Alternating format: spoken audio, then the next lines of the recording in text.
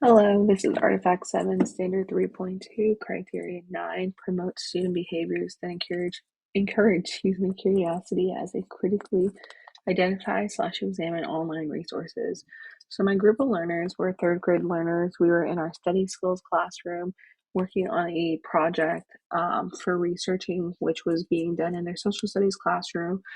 But because in their IEP it states any difficult assignments to be completed in the special education classroom, or excuse me, to be completed in the resource classroom, that's why I was doing it. I don't typically teach social studies, but when they have difficult assignments, that's typically when I help them.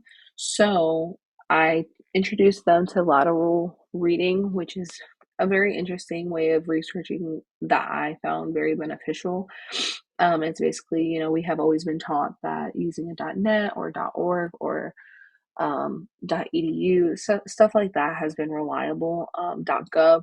So there's a lot of stuff that we've been told that is reliable, but is not always reliable. So to kick off a lesson, I went ahead and started with this video, and it was basically kind of giving them the idea of, we can't always trust certain website. You kind of have to dig a little bit deeper by opening up new tabs, researching, and seeing if the website that is being provided is actually reliable and resourceful.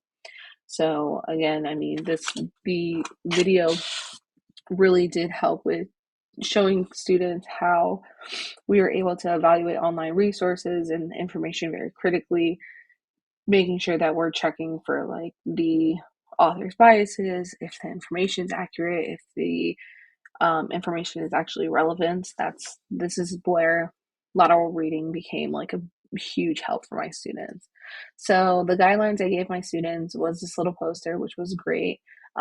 Basically saying when you come across an unfamiliar online source, open a new tab, check it, search for the name, see if it's funded by someone else, see if it's actually reliable, if it's not reliable, checking if the site is trustworthy, site says about it, and if the site or source is untrustworthy, not wasting your time. If you open a tab and you see that the site's really truly not worthy, I told my students exit out of that tab and look for a new source and kind of start from the first tab and keep working your way around it.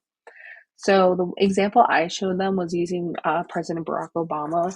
So as you see, I searched up Obama, and the first thing I clicked was the White House government website, which is, if my arrow would stop moving, like right here in this little area.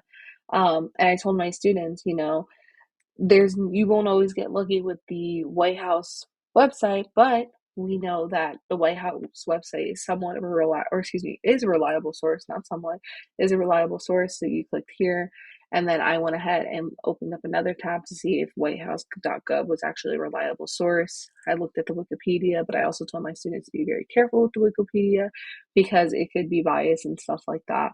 And then from here, I went to the official Barack Obama and Michelle Obama website, and that's what led me here. So this is kind of how I guided my students, and this was kind of basically the main event for their research.